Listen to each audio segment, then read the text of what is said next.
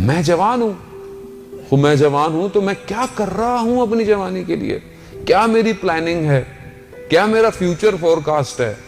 میں کہاں جا رہا ہوں؟ دنیا کدھر جا رہی ہے، میں کہاں جا رہا ہوں؟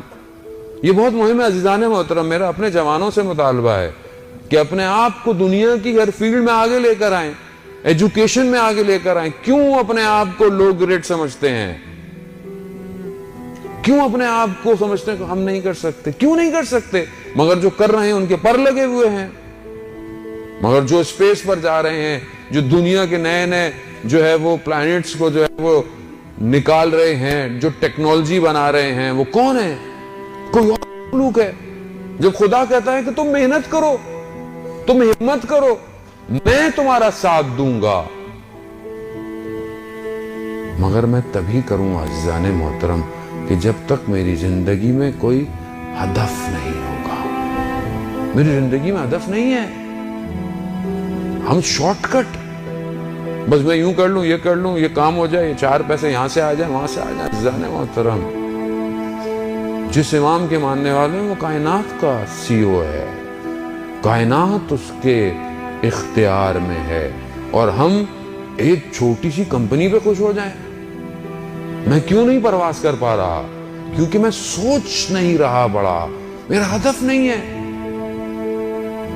ایک اسپیکر کہنے لگا کہ ایک ٹیچر کلاس میں اپنے گئی، اس نے دیکھا کہ بچہ جو ہے وہ بہت ہی عجیب و غریب ہے، دروازے کے ساتھ الٹی سیدھی مستیاں کر رہا ہے۔ میں گئی تو مجھے غصہ آیا، میں نے کہا کلاس سے باہر نکل جاؤ۔ نکل گیا۔ میں نے پرنسپل کو جا کے بولا کہ یا تو میں ہوں یا تو یہ بچہ ہو۔ برداشت نہیں کیا کہ بچہ بدتمیز ہے، نکال دیا اس کو۔ تو پھر میں جب ٹیچرز کے ساتھ روم میں گیا تو میں نے کہا کہ میں نے یہ کر دیا، تو ایک ٹیچر نے کہا کہ آپ کے پاس سارے وہ الفاظ نہیں کہ آپ سب دروازے کھول سکیں۔ تو مجھے بہت غصہ آیا، لیکن میں بیٹھ کر میں نے سوچا کہ صحیح کہہ رہا ہے، میرے الفاظ وہ نہیں کہ جو ہر دروازے کی چابی ہوں۔ کہتے میں نے ایکسٹرا پڑھنا شروع کر دیا، مختلف بچوں کے بیہیویئرز کو جاننا شروع کر دیا۔ پھر میں اس مقام پر پہنچ گئی کہ جب بھی اسکول میں کوئی بھی آڑا ٹیڑھا شیطان بچہ ہوتا تھا، سب کہتے تھے کہ اس ٹیچر کو دو، یہی سب صحیح کر سکتا ہے۔ یعنی ہدف ہونا ضروری ہے۔ میری لائف میں جب کوئی مشکل آتی ہے میں تو لرزنا شروع ہو جاتا ہوں۔ یہ مشکلات اپورچونٹیز ہیں، ان کو اویل کریں۔ جب خدا مشکل میں ڈال رہا ہے، خدا کچھ دینا چاہ رہا ہے، خدا کچھ سمجھانا چاہ رہا ہے۔ ہمارے پاس آتے ہیں مولانا صاحب، سب کر لیا، ساری چیزیں کر لی، دعائیں کر لی، وظیفے کر لیے، سب کر لیا، مگر پھر بھی کام نہیں ہو پا رہا۔ عزیزان محترم، کہیں کوئی سوئی پھنسی ہوئی ہے، یا تو کوئی ایک نیک کام تھا جو آپ نے چھوڑ دیا ہے، یا کوئی ایک ایسا غلط کام ہے جو آپ نے کرنا شروع کر دیا ہے۔ کوئی ایک چیز ہے۔ عزیزان محترم، خدا نہیں چاہتا اپنی مخلوق کو عذاب دے یا سختی میں رکھے یا غضب دے۔ جب ایک بچہ ڈرائنگ بناتا ہے پیپر پہ اور آپ اس کو ذرا سا یوں کر دیں، وہ ناراض ہو جاتا ہے، کہتے ہیں یہ کیا کیا؟ آپ کہتے ہیں 2 تو لائنیں تو تھی، کیا ہوا، دوبارہ کھینچ لو۔ وہ کہتے نہیں، میری کریشن تھی، میری ڈرائنگ تھی، یہ کیا کیا آپ نے؟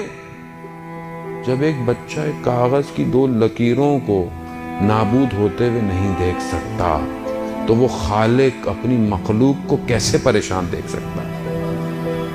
کیسے دیکھ سکتا ہے؟ عزیزان محترم، وہ بچانا چاہتا ہے کہ تم جو سوچ رہے ہو، جو کر رہے ہو، تمہارے ہاتھوں میں بہتر نہیں ہے۔ وہ اسی لیے پیچھے لاتا ہے بار بار، نہیں کرو، نہیں ہو رہا، مسئلے تو الہی ہے، خدا بہتر جانتا ہے۔ شہید دست غیبت مرحوم عبداللہ البلادی سے واقعہ نقل کرتے ہیں کہ بو شہر کے رہنے والے تھے۔ کہتے ہیں کہ کافی پرانی بات ہے، لوگ حجوں میں پیدل اور کشتیوں میں سفر کیا کرتے تھے۔ اصفہان سے علماء کچھ لوگوں کے ساتھ آئے، ان کو وہاں سے کشتیوں پہ نہیں بیٹھنے دیا گیا کہ وہ حج کی طرف جاتے۔ بہت ان کو برا لگا کہ ہم 1 مہینے کی مسافت طے کر کے آئے ہیں، جس طرح 1 مہینہ لگا ہمیں یہاں تک، اب ہم واپس نہیں جائیں گے۔ خیر ان کو اختیار میں ایک مسجد دے دی۔ اب وہ مسجد میں نماز اور اس کے بعد مجلس اور مجلس میں گریا، شدید گریا، توسل امام حسین علیہ السلام سے کہ ہم تو اللہ کے گھر کی زیارت کے لیے آئے تھے۔ کہتے ہیں 4-5 دن مسلسل یہ ان کا